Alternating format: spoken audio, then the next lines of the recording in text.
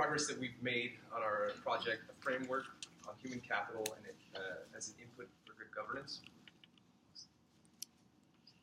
The United Nations Public Service Award was created in 2003 by the UN General Assembly's Resolution 57277. According to this mandate, the UN Economic and Social Council designated June 23rd as UN Public Service Day for the purpose of contributing to the enhancement of the role of professionalism, image, and visibility of public service in an international community. UNPSA's mandate places particular emphasis on the exchange of experiences related to the role of public administration in the implementation of internationally agreed upon goals. The concept of human capital is intrinsic to the development and promotion of successful and sustainable governance practices. Increasing human capital helps to ensure the attainment of democracy, human rights, and political stability, and is associated with improved standards of living, well-being, and quality of life. Discrepancies in human capital distributions across national boundaries perpetuate obstacles to development. In least developed countries, a lack of robust and innovative human capital has contributed to governance failures and welfare losses for citizens. Regional patterns revealed by the distribution of recent UNPSA winners indicate latent challenges for attaining equitable recognition across LDCs. These regional differences further compound the existing gap in the distribution of human capital and quality of public services across countries, and also highlight the absence of a platform for LDCs to exchange ideas, experiences relating to successful governance practices. Good governance is much more than the power of the state or the strength of political will. Good governance is about outcomes. The outcomes of good governance are best understood through the framework provided by the 8 pillars of good governance, which state that good governance is that which is participatory, consensus-oriented, accountable, transparent, responsive, effective and efficient, equitable and inclusive, and institutionalizes the rule of law. These 8 pillars are central to our analysis. Human capital deficiencies cause governments to struggle with developing successful policies and programs, effectively limiting economic, political, legal, health, environmental, and social capacities. The most significant threats to good governance are born from poverty, violence, and corruption. Each of these undermines components of the 8 pillars of good governance, such as transparency, security, participation, and fundamental freedoms. When disenfranchised, marginalized communities are provided a platform to voice and share their experiences, governments are more likely to invest in national policies with far-reaching benefits for the whole of society. Public investment in human capital is a necessary input to catalyze a responsible, engaged civil society.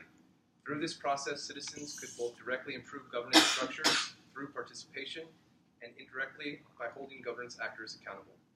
Rhea will now talk about our methodological framework. Thank you. Good morning, everyone. I'm going to go over our methodological framework. Thank you, John, for the introduction. So as John mentioned, the Public Service Award is important to our analysis. As such, we devise a database using past participants for the PSA, and we use all submissions from 2007 through to 2015. We create our database in Excel, and we divided it into 5 sheets by category. There were 5 categories for the UN PSA Awards. As such, each of us kind of took hold of a category. And for each category, each submission, we included the year that the program was submitted, the name of the program, the country, region, and sub-region in which the program was implemented, and these are all the UN country, region, and sub-region, whether the country is a LDC, a least developed country, and we include a country code, which is also provided by the United Nations. After organizing by category, we then collated all of our submissions, and we organized sheets by the 5 UN regions, which include Asia, Africa, the Americas, which is Latin America, the Caribbean, North America, Europe, and Oceania. Oceania is Australia and New Zealand. Following that, we randomized using Excel. We randomized all submissions within each region. Then, to get a representative sample, we used as the base that region that had the least amount of submissions. In this case, that region was Oceania, which had 32 submissions. So we took a random 32 submissions from each region, collated them into a sheet, and then again randomized our sample and picked 32 submissions from that aggregate sheet. each of us is doing analysis on 5 to 7 logic models. So the crux of our methodology lies within these logic models. We have 3 different types of logic models. We have a generalizable model, an individual public service award model, and a representative model. Within the generalizable model, this is like an overall model to guide our methodology. It's a template that we developed from the literature, and it's a theoretical framework to assess how the resources are best utilized with each program. So for each program, we use this template and we assess the actual or true resource utilization. With that, we draw data from 3 places: the World Bank database, the Global Competitive Index database, and the World Economic Forum, and we take data for the year that the program was submitted. After that, we compile all 32 models, put them together to compile a representative model that can then be employed by the UN and by least developed countries to improve their governance practices. And we use bivariate correlation analysis within data to deduce linkages between different resources and outcomes and inputs that go towards the pillars of success. This is what our model looks like, the template model. Over here, you'll notice that these are where we get our data from. These are the points that we fill in with the 3 databases I mentioned. The brown are all categories that we would like to include, however they're unavailable, so for now we leave them in, just so that you can see what we're using. Our data are divided into various criteria, including education, health and wellness, workforce and employment, enabling environment, and country characteristics. My colleague Sam's going to explain a little more about all of these criteria. Okay, I'm going to run through this a bit quickly, so forgive me because I feel like we're pressed for time, which is most presentations.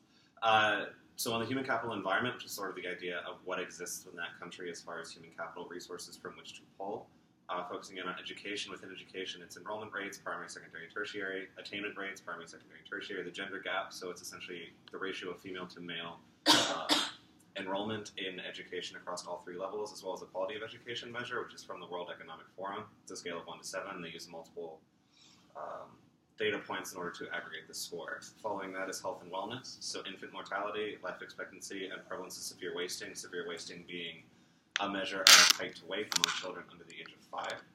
Workforce and employment, focusing on participation rate in the employment, the gender gap, again, in employment, the ability to attract and retain talent, the capacity for innovation, the unemployment rate, and the firm-level technology absorption. All of those that seem a bit more obtuse are, again, pulled from World Economic Forum, and those are measures of sort of capacity for production. And the enabling environment, this is the one that sort of allows people to use this human capital that exists there. So it's mobile users per 100, internet users per 100, and then quality of domestic transport, again, a scale of 1 to 7. Now we have country characteristics, so this is the region identified with the United Nations, then LDC status.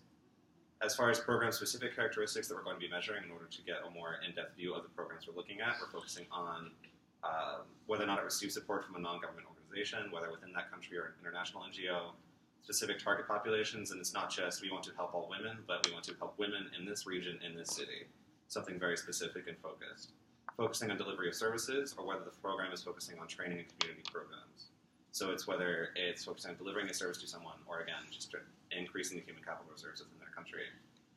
Whether it has a specific procedure for monitoring and evaluation. And again, this is not just, we will look at this. This is, you will do this, and then you will do this, and then you will do this. And then finally, program encourage community involvement. So this is just a general, does it talk to the people in their community, or does it simply just say, you have this, and you will take this? Thanks, Sam. Then I'm going to talk the strengths and limitations of our methodology. The first strength is our database. As Ria has mentioned, we are using the institutional data from UNPSA, and we add some additional variables. So our database allows us to make inference from observed patterns and inform recommendations. And also it lays a foundation for knowledge building. And the second is our probability sampling. Also, as Ria mentioned, we normalize the number of programs within each region so that we can do a random sample in all the 32 samples. Therefore, our sampling methodology addresses the validity concerns. The last is our logic model.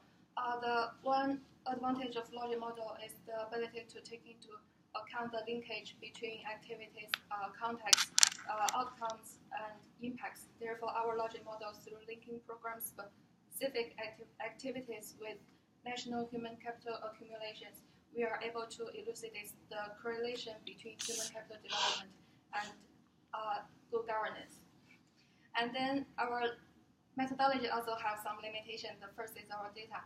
Because the UNPSA data set also only has those who has submitted a proposal for the award, therefore we have some selection bias.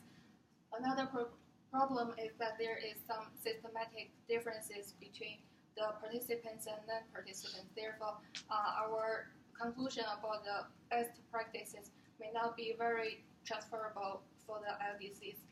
The second limitation is our case selection. The first is we have the limited sample size of only 32 samples. Therefore, we will address and balance this program by providing an in-depth analysis of our current selected samples. The second is the unbalanced distribution of participants. For example, we have over 1,300 samples within the Asia category, but only 32 within Oceania. Therefore, if we do the pure random selection, we may risk having over-representation of the Asian countries and under-representation of Oceania. And the last is the discrepancy between UN and PSA delineations. For example, Egypt is categorized as a Northern African country in the general delineations, but as a Western Asia country in PSA delineations. Then I will pass it on to Yi to talk about analysis. The stratified sample that we generated contains 32 program entries, none of which are from LDC countries. And we also have 4 award winners from Africa, Asia, and Latin America and Caribbean. And the picture on the right shows the distribution of our samples across regions. Before we went into the actual analysis, we also spent some time on clarifications to decide measures and years on an agreed and available basis. This is how we ensure that we are not coding in a different way, and to minimize the bias introduced by using different data. Take year as an example.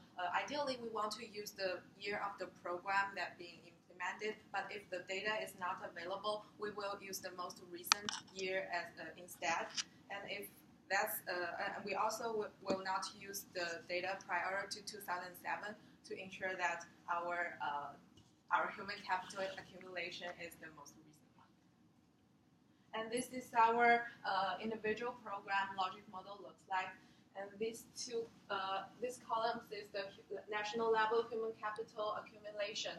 Data are driven from World Bank database. And these are the 6 questions we are going to answer about program characteristics. There are checkbox. And the resources, activities, and outputs here are all based on the UNPSA website. And these 2 columns of outcomes and impact are based on good governance. And among the 7 sections that we produce for each model, 4 of them are checkbox or quantitative data.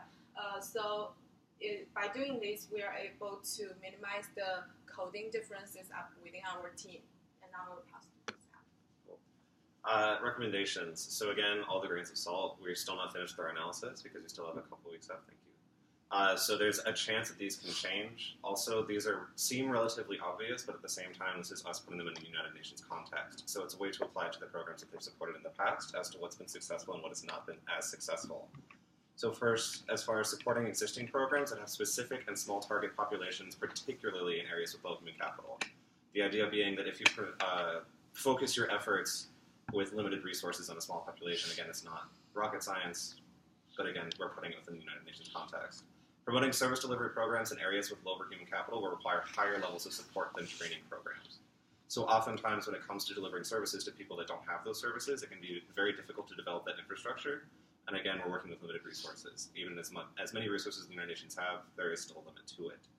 And then for service delivery programs, community involvement is key. So when you're developing these programs and you don't talk to the community, oftentimes it can be lost, and then you're just training the government workers in your own fields as opposed to helping the people and aiding services.